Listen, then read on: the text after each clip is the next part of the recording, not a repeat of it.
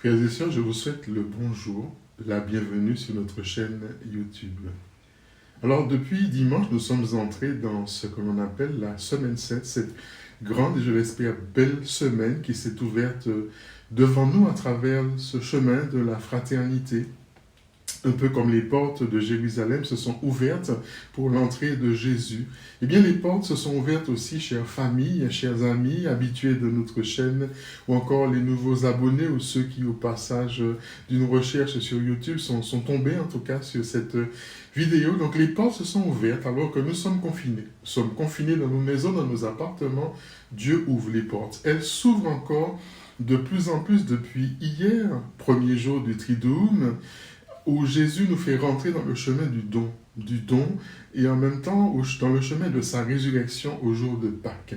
Alors nous vivons ici, là, dans ce lieu, le cœur de notre foi.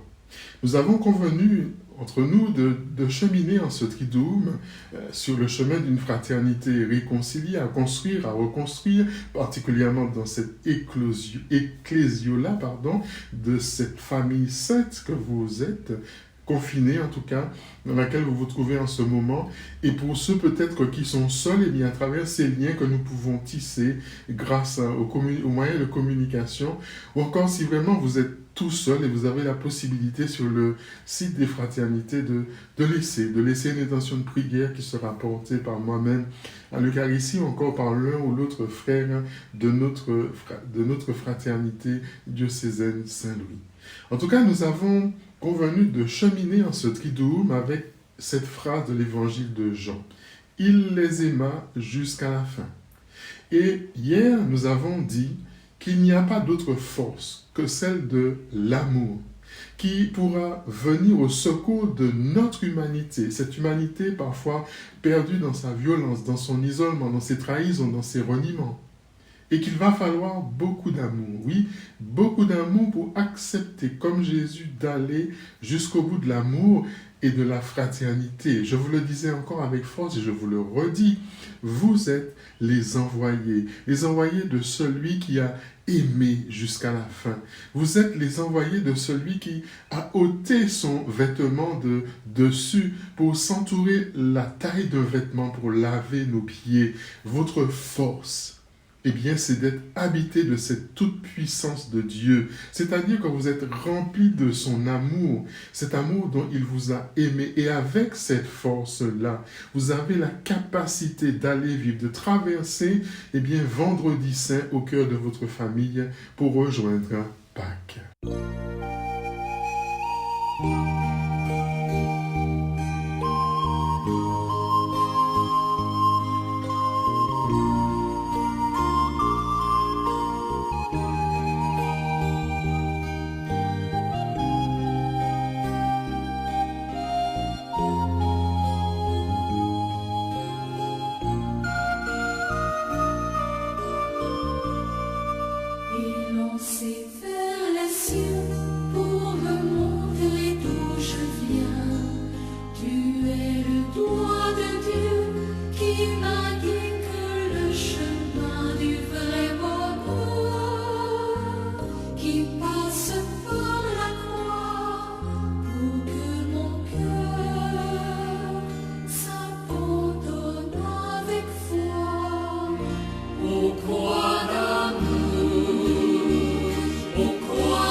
Jésus-Christ, protège-nous,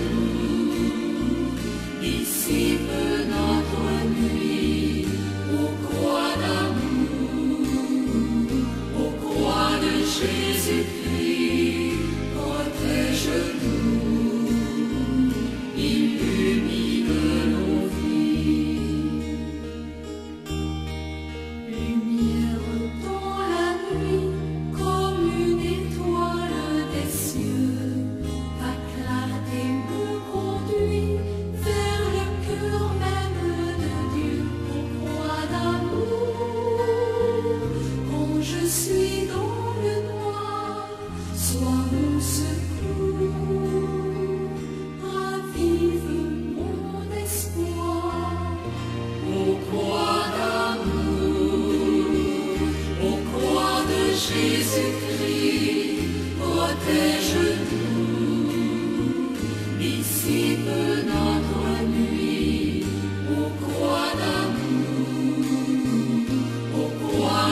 Jésus-Christ, protège-nous, illumine nos vies.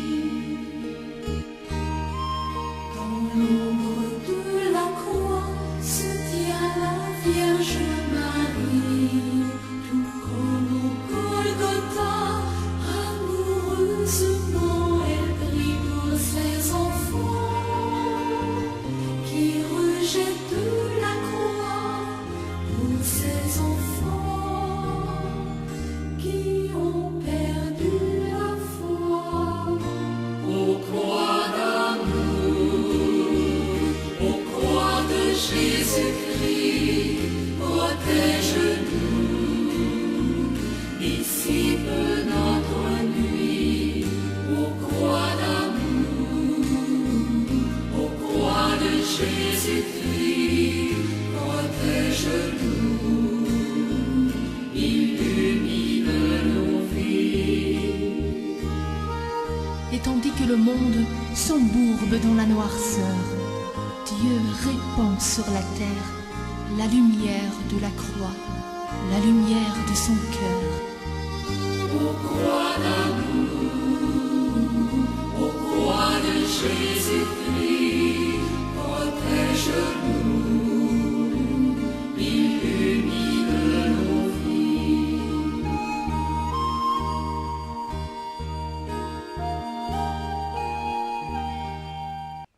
Je vous disais juste avant le chant, vous allez vivre et traverser Vendredi Saint au cœur de votre famille pour rejoindre Pâques. Eh bien, nous y sommes.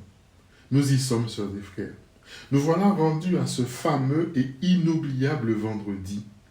Dans la liturgie de la croix que vous allez vivre, que vous allez trouver en tout cas dans le chemin liturgique, dans vos prières en église ou dans les autres revues ou encore sur le site des fraternités avec les nombreuses propositions de célébration à la maison qui vous est proposée, et bien dans cette liturgie-là de la croix, nous trouvons dans le passage d'Isaïe qui nous prépare à ce que va vivre Jésus. Et dans l'évangile de cette liturgie de la croix, eh bien Jésus nous annonce la trahison, cette trahison qu'il va subir de la part de Judas.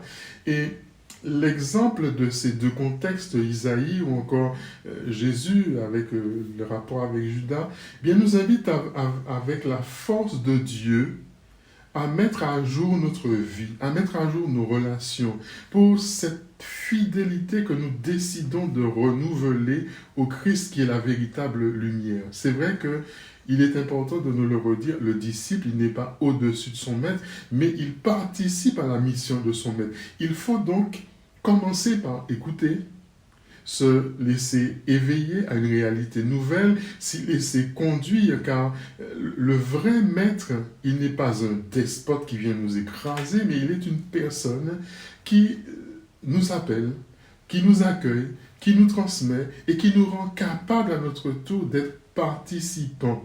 Et ce maître-là, eh bien, c'est Dieu. Pour le prophète Isaïe, vous prendrez le temps de relire le texte, lui, il demeure fidèle. Il demeure fidèle malgré les attaques qu'il a vécues. Et cette fidélité-là à ceux qu'on aime, elle n'est pas toujours confortable dans certains environnements, parfois même dans nos familles. Mais nous savons que aimer en vérité, ne pas céder à la violence, c'est permettre à tous de faire un chemin pour avancer vers une communion qui est toujours plus grande avec Dieu, entre nous, avec les personnes de bonne volonté, bien entendu. Alors aujourd'hui, grâce au Christ, eh bien, nous pouvons reconnaître en Dieu notre Maître.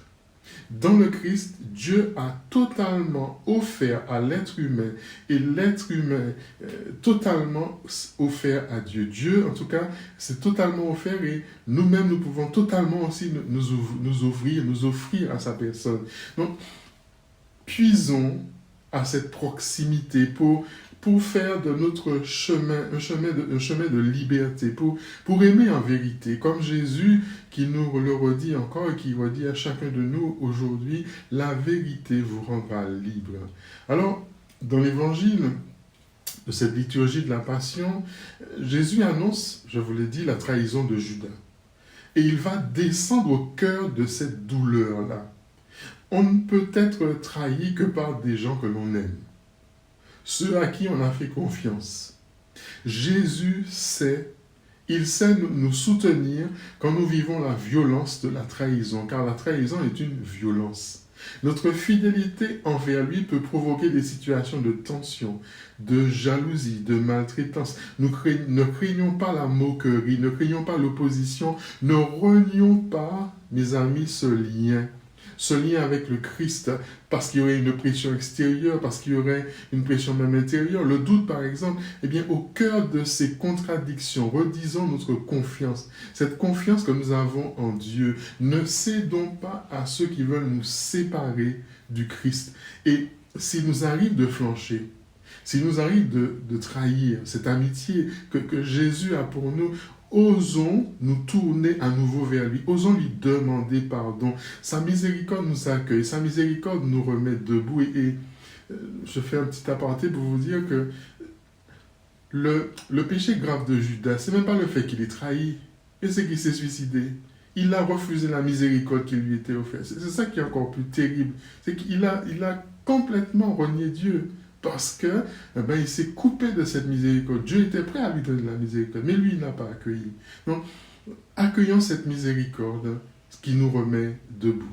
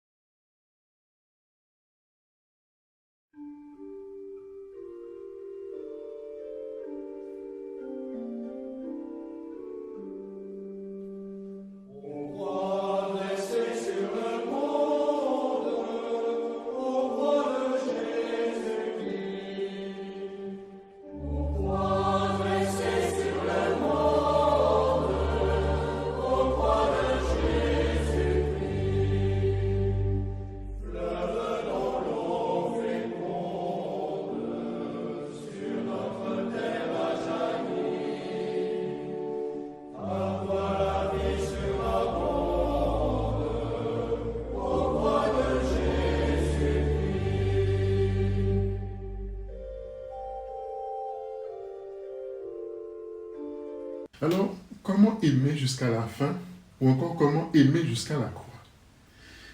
Chère famille, chers amis, aujourd'hui, en ce vendredi saint, près de 2020 ans après cet événement historique à peu près indubitable, eh bien, nous faisons plus que simplement commémorer ce moment, cette fin atroce, cette malédiction qui a atteint Jésus de Nazareth au cœur de sa chair même.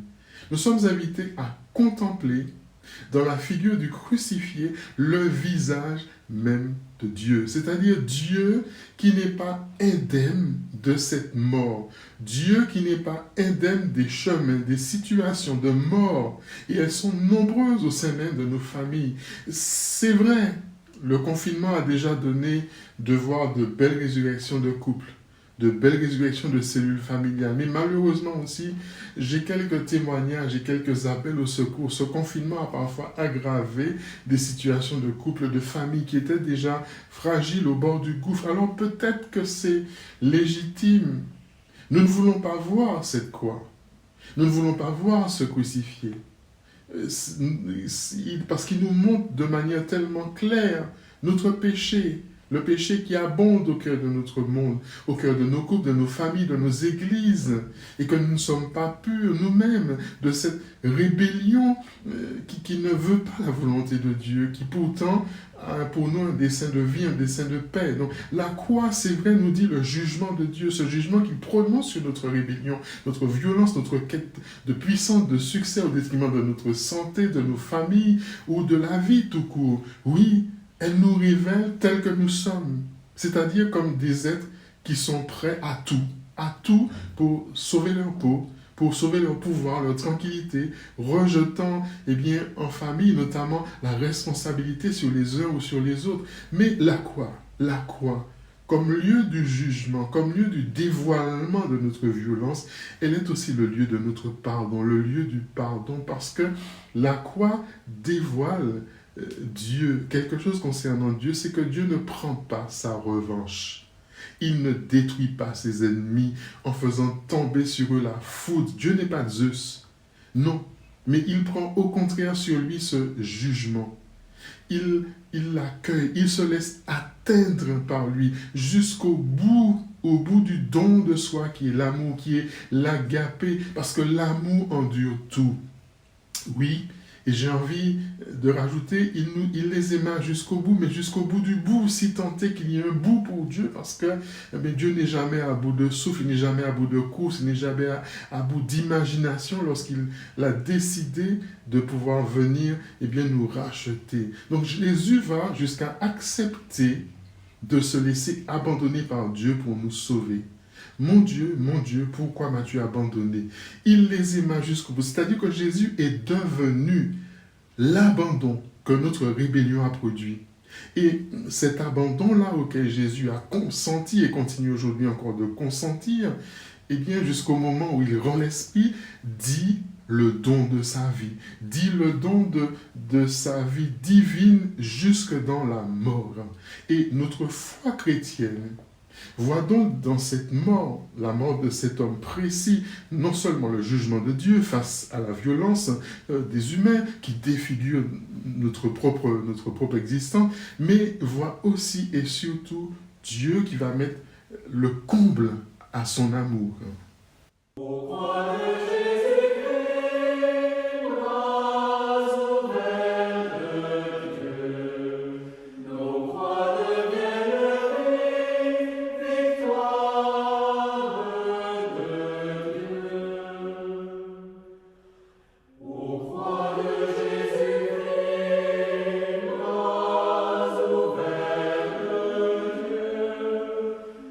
croix deviennent victoire.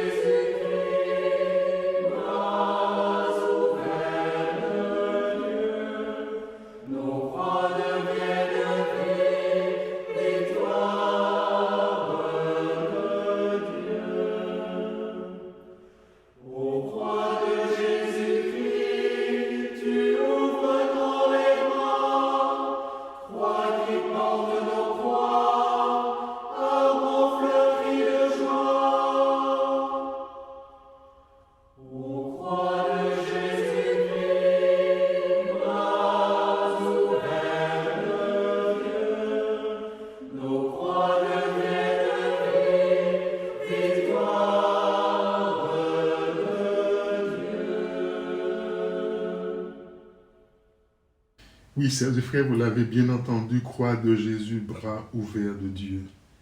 Ou notre histoire, ou nos histoires de famille, faites de mystères joyeux, faites de mystères douloureux jusque dans ces abîmes de misère les plus sombres et rejointes par l'abîme de la miséricorde. Deux abîmes qui se rencontrent. L'abîme de la violence et l'abîme du péché, l'abîme de la mort, mais aussi l'abîme du don, le don d'une vie donnée, en relevant le Fils, le Père.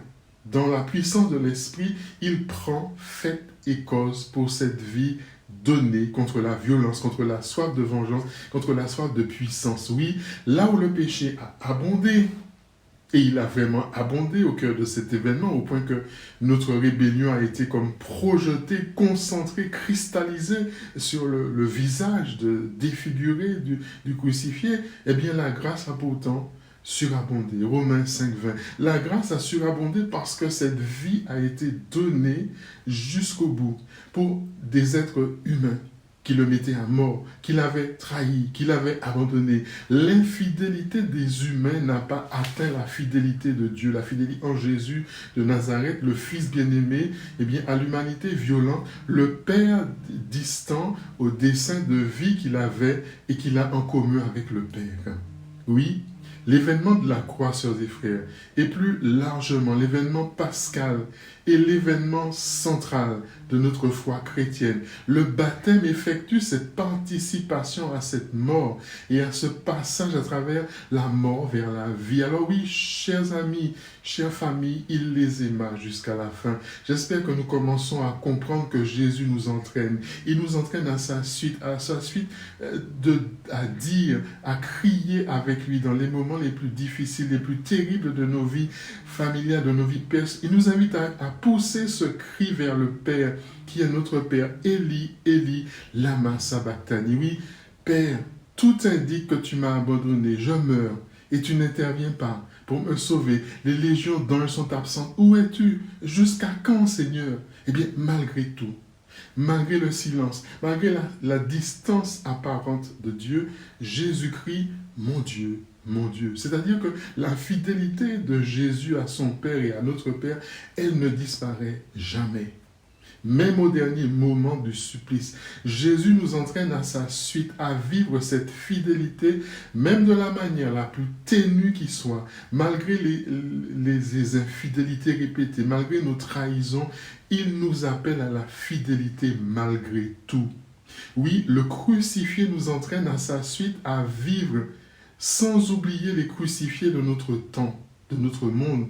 Les disciples que nous sommes, si nous acceptons de suivre lui, nous devons être attentifs aussi aux crucifiés de notre temps, à celles et ceux que nous préférions ne pas voir. Et des fois, vous le savez comme moi-même, en famille, on peut passer des semaines l'un à côté de l'autre sans jamais se dire bonjour. Effectivement, ils ne sont pas seulement à l'extérieur, les crucifiés, mais ils sont peut-être à l'intérieur même. Ça fait partie de la vie des disciples, d'accepter eh bien, la suite du Maître, de faire ce pas. Difficile, mais nécessaire. Toute la vie de Jésus, jusqu'à son dernier souffle, indique que Dieu, il ne plane pas. Il ne plane pas au-dessus de notre histoire, il ne plane pas au-dessus de notre humanité, il ne plane pas au-dessus de notre chair, de notre finitude et donc de notre mort. Dieu ne plane pas au-dessus de tout, mais il est entré dans la patte de notre humanité. Il a assumé, il a pris sur lui tout cela. Et en l'assumant, en prenant tout cela sur lui, en se chargeant de tout cela, eh bien, il vient transformer, transfigurer notre réalité. Il vient encore à nouveau, en cette année, la transformer au cœur de ce tombeau, de cette épreuve, que peut être le confinement, mais qui est aussi le lieu de la grâce. Bien entendu, si nous voulons, comme le paralytique, entendre cette demande que Jésus nous lance encore ce matin, que veux-tu que je fasse pour toi? Que veux-tu que je fasse pour ton épouse, pour ton époux, pour ta famille? Que veux-tu que je fasse pour toi?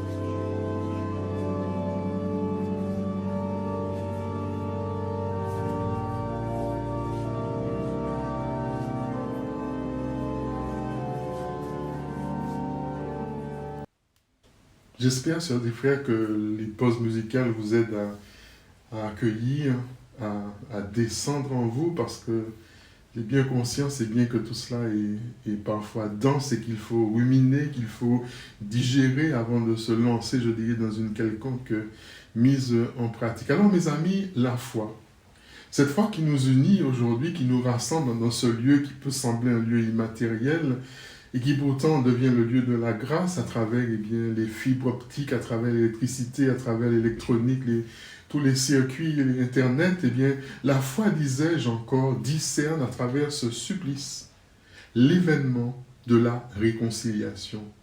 Elle nous apprend que Dieu, sœurs et frères, Dieu exerce sa liberté, sa puissance en se dépouillant de toute force, de tout désir de revanche, de toute tentation de s'imposer à l'humain. Donc, bâtir la fraternité aujourd'hui, en ce jour, particulièrement vendredi saint 2020, pour aimer jusqu'à la fin comme Jésus, c'est certainement en famille continuer le chemin du lavement des pieds que nous avons commencé hier, en osant le pardon. Ce pardon en famille, entre époux, entre parents et enfants, entre amis, sans attendre de retour. Je le donne mon pardon, s'il ne vient pas, tant pis, je l'ai donné gratuitement. Simplement oser le pardon, le demander quand nous avons blessé quelqu'un, le demander quand nous avons été blessés, le donner quand nous avons été blessés, pardon. En tout cas, dans tous les cas, le pardon, c'est choisir de ne pas rester enfermé dans une violence. C'est ouvrir un avenir à la fois pour le blessant comme pour le blessé. Ce pardon, Jésus nous l'obtient sur la croix. Il l'obtient sur la croix et nous en sommes tous bénéficiaires. Je répète, nous en sommes tous bénéficiaires de ce pardon de Jésus sur la croix. Il ne reste qu'à l'accueillir, il ne reste qu'à le vivre avec cette force de Dieu. Osons cette ouverture, osons cette confiance, osons en être les témoins vivants pour ceux qui nous entourent, en famille, en ces instants, ou plus encore pour tous les hommes, là où nous sommes.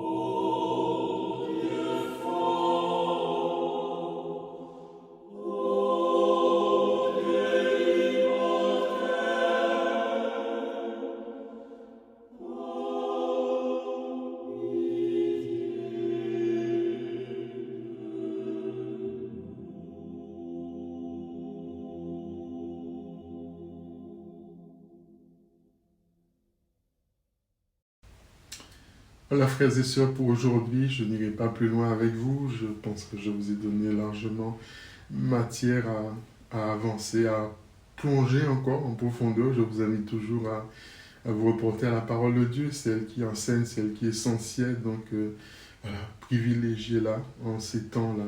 Vivez en tout cas ces temps de célébration aussi qui vous sont proposés. Comme je vous l'ai dit sur le site des fraternités, vous avez les différentes pages où vous pouvez trouver des éléments pour vous aider vous-même à mettre en place une célébration. Vous avez encore les célébrations qui sont proposées retransmises en tout cas par la télévision, mais comme je vous le dis et que je le répète, ça ne doit pas simplement être quelque chose de passif, mais de manière active. Je dois en tout cas m'y préparer. Je vous laisse, je vous quitte sur les paroles, la parole de Dieu, en vous invitant, en priant avec vous le psaume 30. En toi, Seigneur, j'ai mon refuge. Garde-moi d'être humilié pour toujours. En tes mains, je remets mon esprit. Tu me rachètes, Seigneur Dieu de vérité.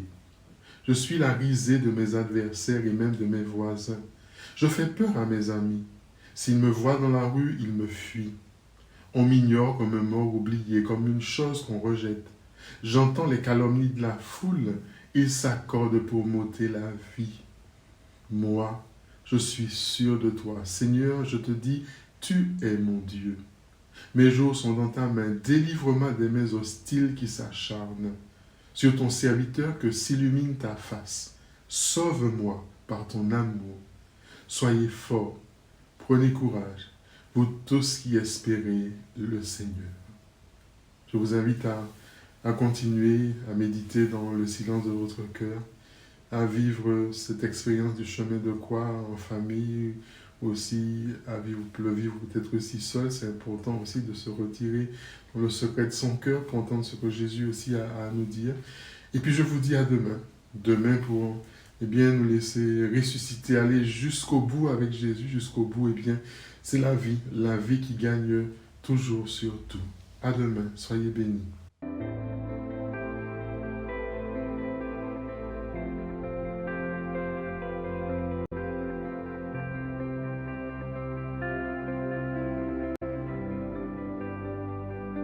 Là devant toi,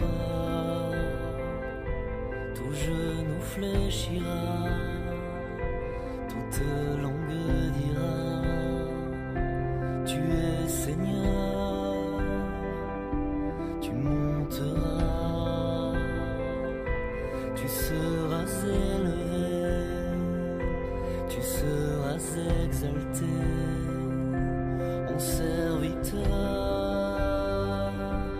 Je te loue, mon Dieu, pour ta majesté. À la croix, tu me rends la liberté. Jamais je ne pourrais imaginer tout l'amour dont tu m'as comblé.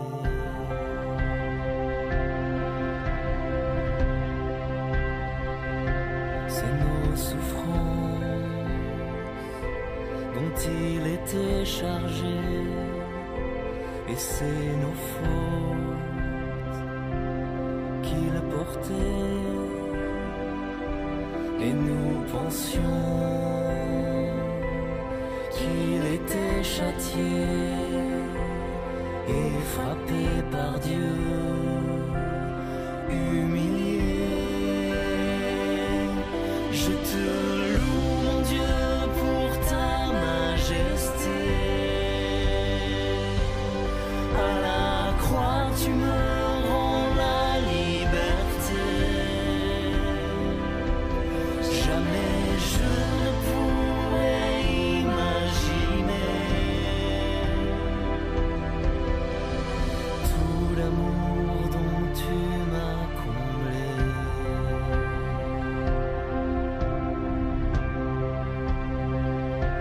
C'est par nos fautes qu'on l'a transpercé.